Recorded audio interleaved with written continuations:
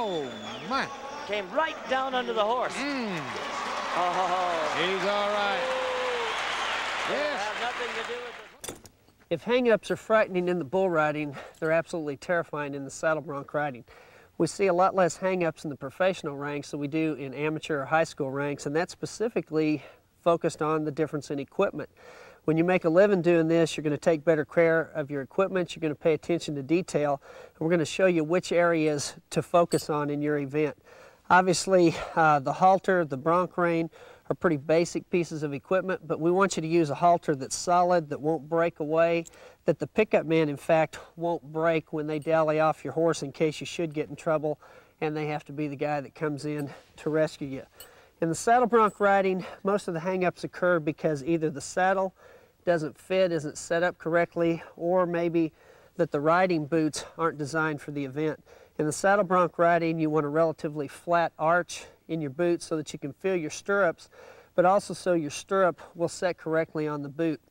The other thing that's important in reducing the hang-ups is that those boots are designed rather streamlined so that they enter the stirrup easily and that they exit when they're supposed to.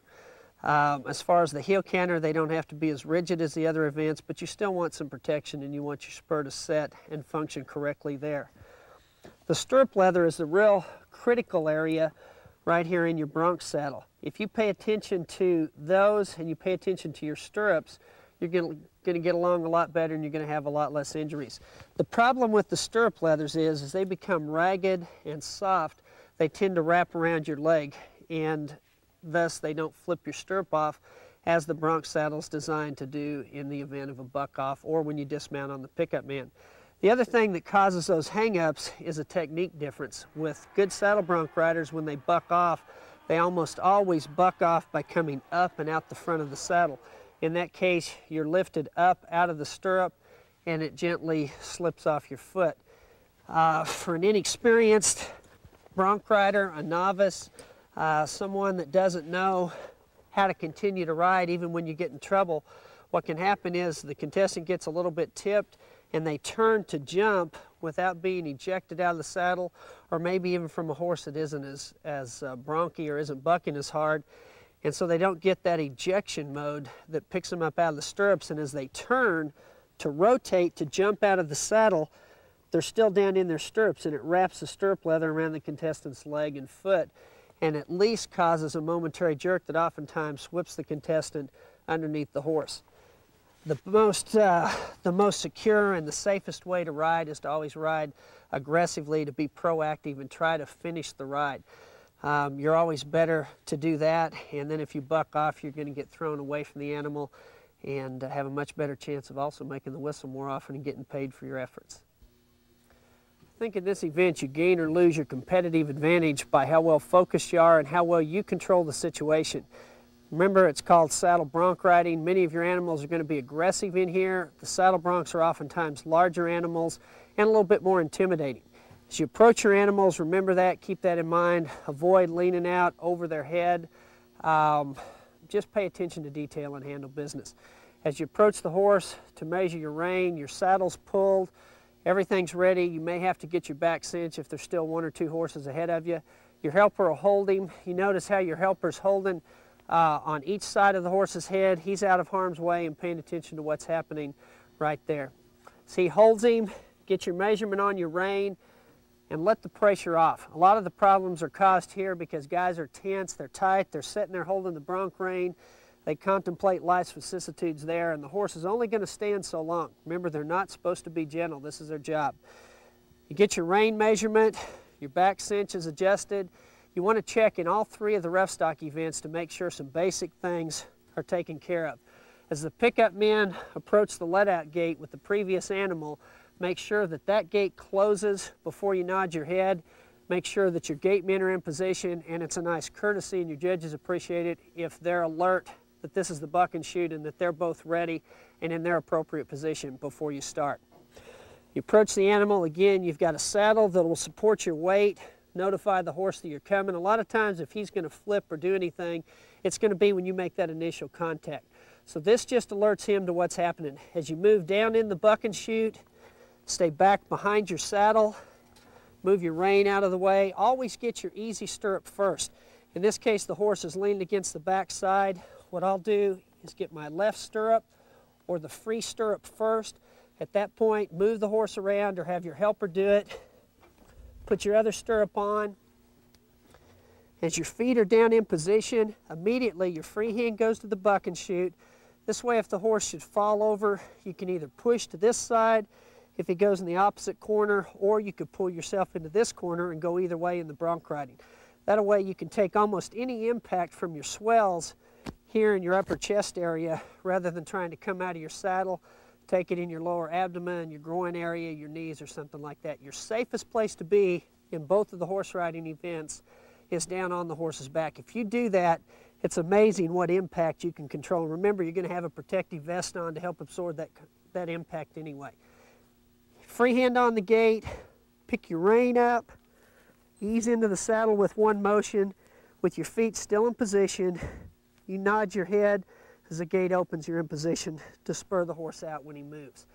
One thing that a lot of cowboys do when they get hyper is they want to holler or call for the gate out loud. If you need to audibilize that signal, do it in a normal tone of voice, you know. Okay guys, let's ride, or outside.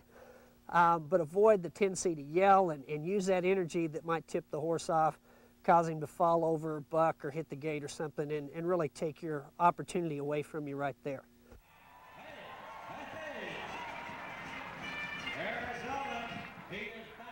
What's the biggest concern in the saddle bronc riding? In the saddle bronc riding, a lot of guys have a tendency to drop the rein and get off. That's an incorrect way to get off.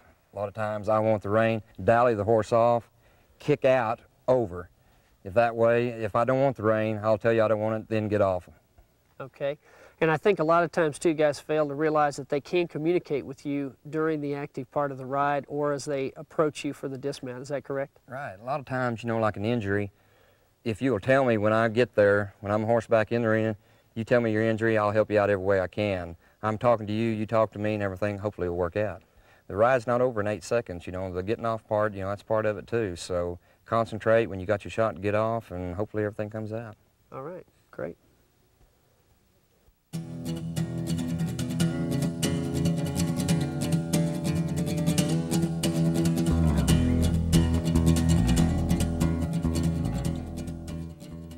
As we look at the bull riding, let's start with the riding boot.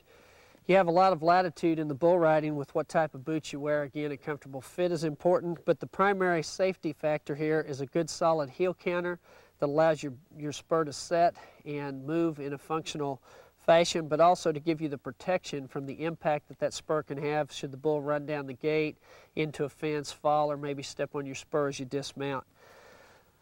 The bull riding spurs are designed with a wider band than a conventional saddle horse spur to disperse some of that impact. But the problem area we have with many bull riders is in the area of rowels. Not only do our rules specify that the rowels have to be dull, but the problem with the wider rowels and more radical rowels that are so popular in high school or amateur rodeo is additional stress to the groin area, problems there with the feet hanging, which cause a lot of guys for their feet to stay, their upper body gets rocked back, and that's when we have a lot of guys get jerked down. We joke at our rodeo schools about having guys run out and look at the rowels that happen to be in the spurs when a guy gets jerked down, and oftentimes you see those gimmick or radical rowels. Stick with some good basic equipment that allows you to move your feet on the bull and to position yourself over the bull in a way that you need to ride those buckers. And you're not only going to be more effective, but you're going to remain safe.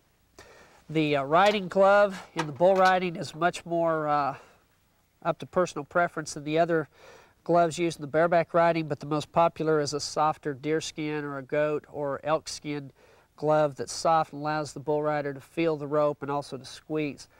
The key safety thing is that not only is that glove tied on and secure and fits comfortably, but that you have a bull rope that's in good condition and built correctly. The three areas that we can consider most vital are the block, the riser, and the handhold. These three have specific functions, not only in allowing you to ride effectively, but to allow you to let go when the ride's completed. The block gives stability to the handhold so the rope doesn't roll around, so the handhold doesn't move out of position. The riser allows you not only to remove your hand after the ride's completed, but also so the bull rider's not cinched down into the bull's back so tight that he can't move to make those moves around the corner when the bull turns back.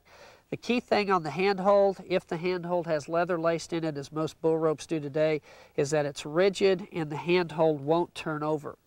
What happens when the handhold turns over and the bull rider has his wrap is it rolls the tail underneath the handhold, and it puts the tail in such a position that it couldn't be released, or the wrap couldn't be released even if you got a hold of the tail.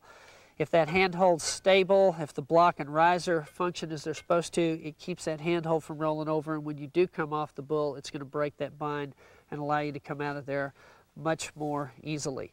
If you have a bull rope pad on your rope, you want to make sure you have a pad that's wide enough and stable enough that the rope doesn't roll around on it. Again, that causes some movement that's non-productive, and also can cause that rope to turn over quicker and increase the risk factor involved with the hang-up. Those are the main things with the equipment, and we'll look at those in the buck and shoot and how to use those a little bit later.